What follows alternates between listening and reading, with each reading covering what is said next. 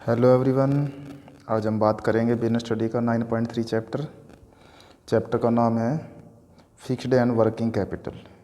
Meaning और determinants मतलब स्थायी और कार्यशील पूंजी का अर्थ बताया जाएगा और उसको निर्धारित घटक जो उसको प्रभावित करने वाले घटक है या निर्धारक घटक हैं जो उसके बारे में बात करेंगे। बट उससे पहले कुछ इम्पोर्टेंट लाइन है वो पढ़ते हैं। कहता है व्यवसाय की सफलता के लिए स्थायी व कार्यशील पूंजी दोनों का समान महत्व है। जो बिजनेस कोई भी बिजनेस है वो कामयाब जो होता है उसके पीछे सक्सेस होने के पीछे कार्यशील पूंजी और स्थायी पूंजी दोनों का ही समान महत्व रहता है, समान दोनों का बराबर हाथ होता है। तो यह यहाँ पे बताना ये चाह रहा है। तो जैसे आपने स्थायी पूंजी और कार्यशील पूंजी की बात समझना है तो उसके लिए सबसे पहले आपको उसका मीनिंग समझना होगा। देखिए उसका मीनिंग। तो मैं बात करूंगा यहाँ पे स्थायी पूंजी की। स्थायी पूंजी के बारे में इसने बोला भी है। इसका अभिप्राय दीर्घकालीन संपत्तियों में विनियोग करने से है। दीर्घकालीन का मतलब होता है जो लंबी अवधि के लिए खरीदी जाती हैं संपत्तियाँ, जैसे कि बिल्डिंग, मशीन, फर्नीचर। तो उनमें जो पैसा हम इन्वेस्ट करते हैं वो हमारा कार्यशील पूंजी कहलाएंगे। और उसके बाद इसने बोला भी व्यावसायिक उपक्रम की जो पूंजी है उसको दो भागों में बांटा गया है, जिसमें से एक का नाम है कार्यशील पूंजी की आवश्यकता और एक है स्थायी पूंजी की आवश्यकता। जो वर्किंग कैपिटल है उसकी रिक्वायरमेंट होती है जैसे करंट असेट्स वगैरह को खरीदने के लिए, और जो स्थायी पूंजी की आवश्यकता फिक्स्ड कैपिटल की रिक्वायरमेंट है वो होती है कोई भी संपत्ति, स्थायी संपत्ति को खरीदने के लिए, फिक्स्ड असेट्स को खरीदने के लिए। तो ये था इन दोनों के बारे में बात। अब हम बात करेंगे स्थायी जो पूंजी है को प्रभावित करने वाले घटक के बारे में। स्थायी पूंजी की आवश्यकता को प्रभावित करने वाले घटक हैं जिसमें सबसे पहले है व्यवसाय की प्रकृति, नेचर ऑफ बिजनेस। मतलब जो व्यवसाय आप कर रहे हैं स्थायी पूंजी की आवश्यकता उसकी प्रकृति पर भी निर्भर करती है। तो व्यवसाय की प्रकृति दो प्रकार की होती है। एक निर्माणी व्यवसाय, मैन्युफैक्चर बिजनेस होएगा, जिसमें एक व्यापारिक बिजनेस, व्यवसाय मतलब ट्रेड बिजनेस होता है जो। तो निर्माणी व्यवसाय में तो हमें भूमि, भवन, मशीन आदि के अधिक विनियोग करना पड़ता है, अतः अधिक स्थायी पूंजी की आवश्यकता पड़ेगी। इसके विपरीत यदि हम व्यापारिक संस्थाओं में जहाँ माल का क्रय विक्रय किया जाता है तो वहाँ कम स्थायी पूंजी की आवश्यकता होगी। तो वो बता रहा है भाई इफेक्ट वही करेगा जिस तरह का आप बिजनेस कर रहे हैं। अगर बिजनेस आप निर्माणी टाइप का कर रहे हैं तो उसमें ज़्यादा स्थायी पूंजी की ज़रूरत है, और अगर आप व्यावसायिक बिजनेस कर रहे हैं तो उसमें स्थायी पूंजी की आवश्यकता कम होगी। इस तरह इफेक्ट करेगा वो। क्रियाओं का पैमाना, व्यावसायिक क्रियाओं का फैलाव जितना अधिक होगा उतनी ही अधिक स्थायी पूंजी की आवश्यकता जरूरत होगी। भाई जितना ज़्यादा फैला रखा है अपने काम को उतना ही स्थायी पूंजी की आवश्यकता, फिक्स्ड कैपिटल की जरूरत होगी। यदि ऐसे निर्माणी संस्था को ले जिनका व्यवसाय बहुत छोटे पैमाने पर है तो स्थायी पूंजी की आवश्यकता कम होगी। तो इस तरह से दोनों के बारे में आपको पता होना चाहिए। फिर है पद्धति का चयन, जो चॉइस ऑफ टेक्निक है, कौन सी कैसी टेक्निक आप यूज कर रहे हैं। जो निर्माणी संस्थाएं हैं वो आधुनिक और स्वचालित मशीनों द्वारा उत्पादन करती हैं, तो उसके लिए उन्हें अधिक स्थायी पूंजी की आवश्यकता पड़ेगी, वो मशीन खरीदनी पड़ेगी भाई।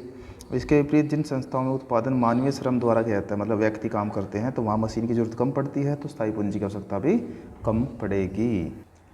फिर है तकनीकी नवीनता। तो जो जितनी टेक्निक अपग्रेडेशन होगा, मतलब कुछ व्यवसाय ऐसे होते हैं जिसमें ऐसी स्थायी संपत्तियों का प्रयोग किया जाता है जिसे अतिशीघ्र बदलने की ज़रूरत होती है, जल्दी बदलना होता है। तो आजकल कंप्यूटर तकनीक में जल्दी परिवर्तन हो रहे हैं, तो अतः ऐसी कंपनियों में व्यवसाय कंप्यूटर पर आधारित है तो स्थायी पूंजी की आवश्यकता ज़्यादा होगी, और जहाँ पर बार बार जल्दी बदलना नहीं पड़ता वहाँ पर जो स्थायी पूंजी है उसकी आवश्यकता ज़्यादा नहीं होगी। तो ये इसका प्रभावित करने वाला घटक था। उसके बाद है फिर है विकास संभावनाएं। विकास संभावनाएं का मतलब है विकास की दृष्टि से संगठन दो प्रकार का होता है। ऐसे संगठन जिनके विकास की संभावना नहीं है तो इसके लिए भविष्य में अतिरिक्त स्थायी पूंजी की आवश्यकता नहीं होगी। आपको पता है इसका विकास ही नहीं होना तो पैसे क्यों खर्च करें, फिर पैसे तो बच गए आपके, तो इसलिए स्थायी पूंजी की आवश्यकता नहीं होगी। और ऐसे संगठन जिनके विकास की संभावना है तो उनके लिए भविष्य में अतिरिक्त स्थायी पूंजी की जरूरत होगी, तो उसमें ज़्यादा पूंजी की जरूरत पड़ेगी। ठीक है, तो ये आप समझदार हो कैसे कर सकते हैं। फिर उसके बाद है विविधीकरण। विविधीकरण का मतलब होता है एक के स्थान पर अनेक उत्पादों में व्यवसाय करने से, मतलब एक उत्पाद की जगह अनेक उत्पादों में अपना बिजनेस करेंगे। जो संगठन विविधीकरण को अपनाते हैं निश्चित रूप से उनमें अधिक स्थायी पूंजी की आवश्यकता होती है। उदाहरण के लिए एक कपड़ा निर्माता कंपनी कागज निर्माण का व्यवसाय भी प्रारंभ करेगी तो भूमि भी चाहिएगी, भवन भी चाहिएगा, मशीन भी चाहिएगी, भारी विनियोग करना होता है और स्थायी पूंजी की आवश्यकता ज़्यादा होगी। ठीक है, उसके बाद है वित्त व्यवस्था विकल्प। विकल्प का मतलब है सेलेक्ट करना, क्या कौन से वित्त को लेकर हम अपना काम आगे बढ़ाएंगे। तो प्राय स्थायी संपत्तियों में विनियोग के लिए दीर्घकालीन पूंजी स्रोत जैसे कि समतांश पूंजी, पूर्वाधिकार अंश पूंजी, ऋण पत्र, इंग्लिश में समझते होंगे आप, प्रेफरेंस शेयर, इक्विटी शेयर और ऋण पत्र, डिबेंचर मतलब आदि का प्रयोग किया जाता है। लेकिन आजकल वित्त एक और स्रोत आ गया जिसे हम पट्टेदारी बोलते हैं, लीजिंग, लीज मतलब किराए पे ले लेना मतलब के रूप में उभरा है। यदि कोई कंपनी इस स्रोत का प्रयोग करती है तो वहाँ स्थायी संपत्ति को खरीदने के लिए स्थान उसकी जगह किसने ले लिया, लीज ने ले लिया है, लीज पर ले लेते हैं। तो ऐसी स्थिति में स्थायी पूंजी आवश्यकता आपको कम होगी। तो डिपेंड करेगा भी आप किस तरह की कंडीशन को अपनाना चाह रहे हैं। सहकारिता का स्तर, सहकारिता का स्तर का मतलब है कि सहायता करना, मतलब एक दूसरे की, कि सहकारिता का अर्थ है व्यवसाय चलाने संचालन में अन्य संगठनों की मदद करना। ठीक है, उदाहरण के लिए यदि एक किसी बैंक का एग्जाम्पल दे रहा है कि जैसे किसी अन्य बैंक का एटीएम उपलब्ध हो जाए तो इसे सहकारिता कहा जाएगा। मतलब एक बैंक का एटीएम दूसरे बैंक के एटीएम में लग के, मतलब दूसरे एटीएम में लग के उसके पैसे निकलवा देगा, तो एक हेल्प हो गई है। तो इस को बोलते हैं सहकारिता का स्तर, मतलब एक दूसरे की हेल्प करना। अगर इस तरह का लेवल हो जाए तो वहाँ से स्थायी पूंजी की आवश्यकता कम होगी, अदरवाइज ज़्यादा होगी। तो इस तरह से ये जो स्थायी पूंजी है को प्रभावित करने वाले घटक समाप्त होते हैं।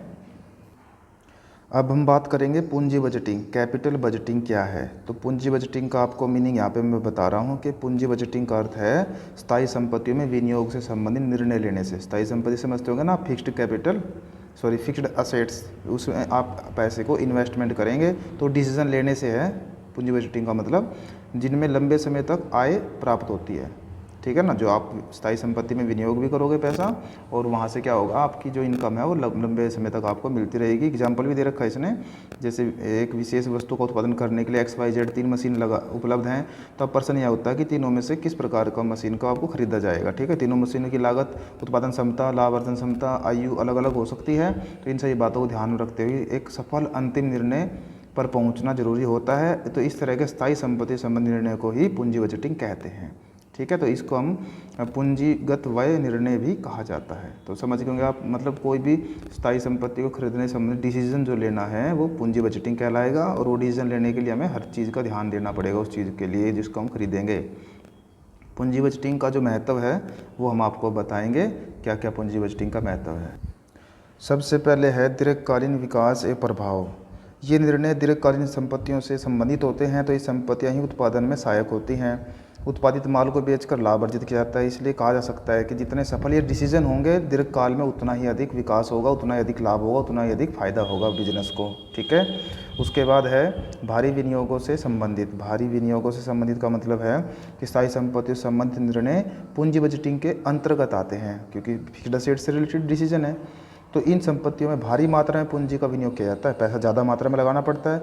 ये निर्णय गलत हो जाए तो पूंजी जो एक दुर्लभ साधन है कि भारी हानि होती है। तो एक भारी विनियोग से संबंधित होती है, मतलब भारी, एक इसका महत्व ये है कि ज़्यादा मात्रा में लगाना पड़ता है पैसा। तो डिसीजन गलत हो गया तो सारा सिस्टम भी गलत हो सकता है।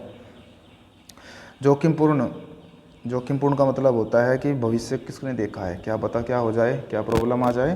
तो कह रहा है कि पूंजी बजटिंग निर्णय अधिक जोखिमपूर्ण होते हैं, जिसके जोखिमपूर्ण होने के मुख्यतः दो कारण हैं। एक तो ये कि दीर्घकाल जो निर्णय हैं दीर्घ अवधि के, लंबी अवधि के लिए होते हैं, इसलिए इसके अंतर्गत कई वर्षों के संभावित लाभों को पूर्वानुमान जोड़ना पड़ता है, जो कि गलत भी हो सकता है। तो इसमें भारी विनियोग होने के कारण एक बार लिया गया निर्णय परिवर्तन करना में भी कठिनाई होती है।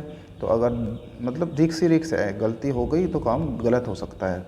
उसके बाद है अपरिवर्तनीय निर्णय। अपरिवर्तनीय का मतलब जिसको बदला ना जा सकता हो। तो एक निर्णय की प्रकृति अतिशीघ्र परिवर्तन करने की नहीं होती। उदाहरणतः यदि एक कॉटन मिल लगाने के बाद उसे कुछ ही दिनों में उपरांत बदलने की सोचे तो पुरानी मशीनें, अन्य स्थायी संपत्तियों को बहुत कम कीमत पर बेचना पड़ेगा, इससे भारी हानि होगी और निर्णय को बदलने में बहुत कठिनाई आती है। तो यहाँ पे आप समझ ही गए होंगे, अपरिवर्तनीय निर्णय का मतलब है जिसको बदलने में बदला ही नहीं जा सकता। मतलब अगर बदलेंगे भी तो इतनी हानि हो जाएगी कि आप नया बिजनेस शुरू नहीं कर पाओगे। तो इस तरह से ये पूंजी बजटिंग के महत्व थे। 4 नंबर में आ जाता है। आपको समझ आए होंगे, अच्छी तरह से करना। Thank you.